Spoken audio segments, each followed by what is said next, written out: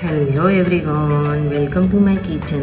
તો મિત્રો, આજે હું તમારી સાથે શેર કરવાની છું મસાલા સિંગની રેસીપી। તો આ મસાલા સિંગ છે તે એકદમ ટેસ્ટી અને તીખી એવી અને સ્વાદમાં પણ ખૂબ જ મીઠી એવી લાગશે। તેને તમે સવારના નાસ્તામાં કે બપોરના સમયે પણ ખાઈ શકો તેવી એકદમ ટેસ્ટી આ સિંગ છે। નાના બાળકોથી લઈને મોટા વ્યક્તિઓને પણ ખૂબ જ ખાવાની મજા આવે તેવી આ સિંગ છે।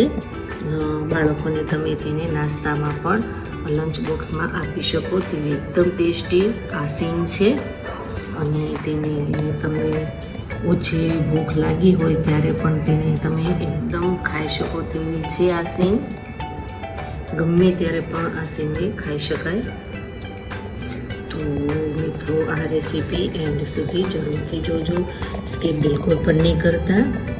અને મિત્રો, મારી ચેનલમાં હજી સુધી તમે નવા હોય તો મારી ચેનલને લાઈક કરજો, શેર કરજો, સબસ્ક્રાઈબ કરજો અને મારા આવા જ નવા વિડીયોને જોવા માટે બેલ આઇકોન બટનને પ્રેસ કરજો, જેથી કરીને તમને મારા નવા વિડીયોની નોટિફિકેશન સાથે પહેલાં મળે। તો ચાલો બનાવવાનું સ્ટાર્ટ કરીએ।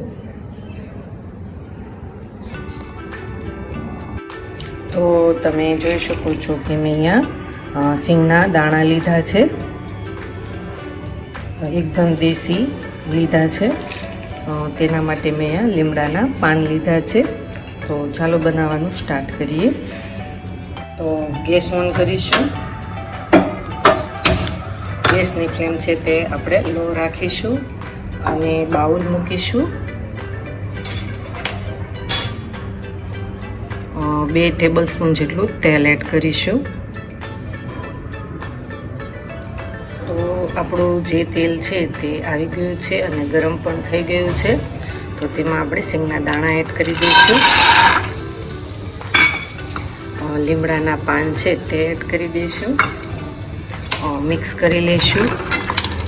એકદમ સિંગ આપણી જે છે તે કુરકુરે જેવી ક્રિસ્પી થઈ જાય ત્યાં સુધી આ રીતના શેકી લેવાની છે, એકદમ મીડિયમ ગેસની ફ્લેમ ઉપર।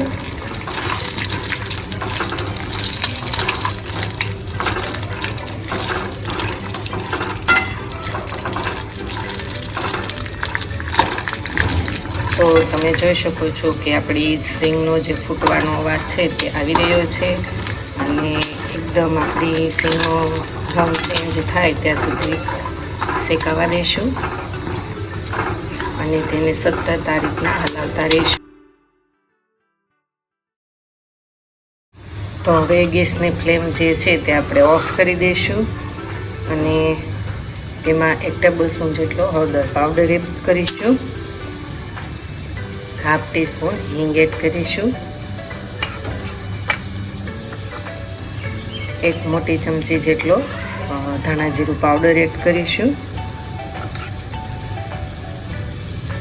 ચપટીકથી પણ ઓછો ગરમ મસાલો એડ કરીશું।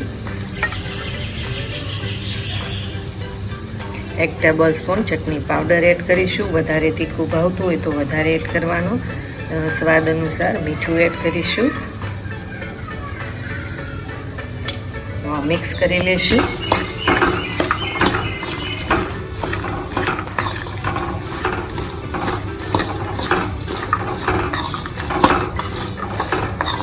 તો તમે જોઈ શકો છો કે આપણી જે મસાલા સિંગ છે ચટપટી એવી તીખી બનીને રેડી થઈ ગઈ છે।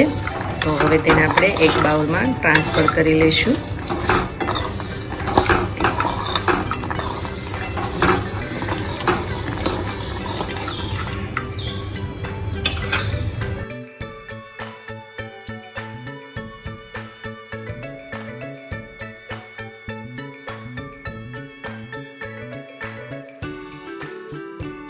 તો મિત્રો, તમે જોઈ શકો છો કે આપણી એકદમ ટેસ્ટી મસાલેદાર સિંગ બનીને રેડી થઈ ગઈ છે। તો આ મસાલા સિંગ ખાવાની ખૂબ જ મજા આવે તેવી છે।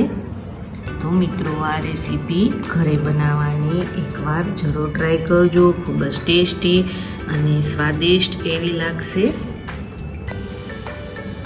અને મિત્રો, હવે આપણે નવા વિડીયો સાથે ફરી મળીશું। Thank you for watching.